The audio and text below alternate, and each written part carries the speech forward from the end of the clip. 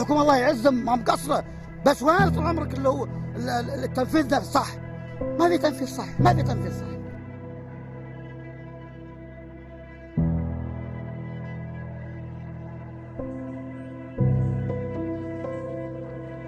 أقف الآن في أحد شوارع مشروع ديار الأحساء، هذا المشروع الذي احتضن بيت الحلم لهؤلاء المستفيدين، ولكن الحلم اليوم تبدل إلى نقمة نتيجة الأضرار التي لحقت بوحداتهم السكنية نتيجة الأمطار التي تعرضت لها محافظة الأحساء في الآونة الأخيرة.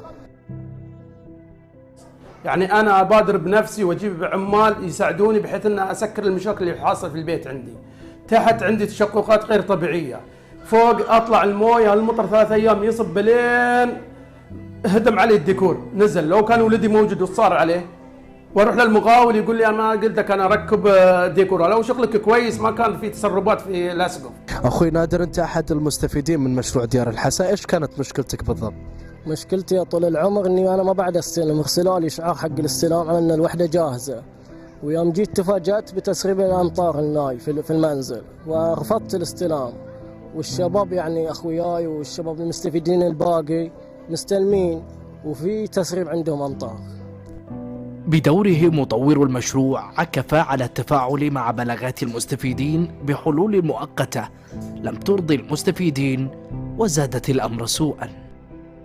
أنا واقف الحين فوق غرفة ولدي، ويوم الجمعة بعد هطول الأمطار بين عندي في غرفة الولد اللي هو تسريب ماي المطر، وأنا الآن واقف فوق الغرفة، وهذا حل المطور إنه وضع لنا ترويبة.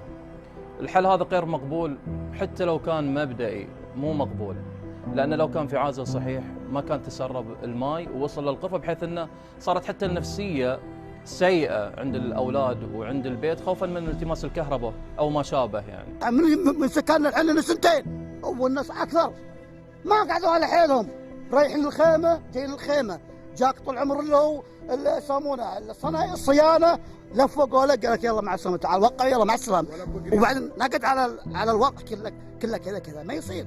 احنا صراحة نطالب بتشكيل لجان توقف على احوالنا والمعاناة اللي قاعدين نعيشها، سواء في موسم الامطار او قبل، حتى لو انه يعني من سمو المحافظ يجي يطلع على احوالنا عشان نرتاح. احنا ما اخذنا هالبيت الا عشان نرتاح وننوم واحنا مرتاحين.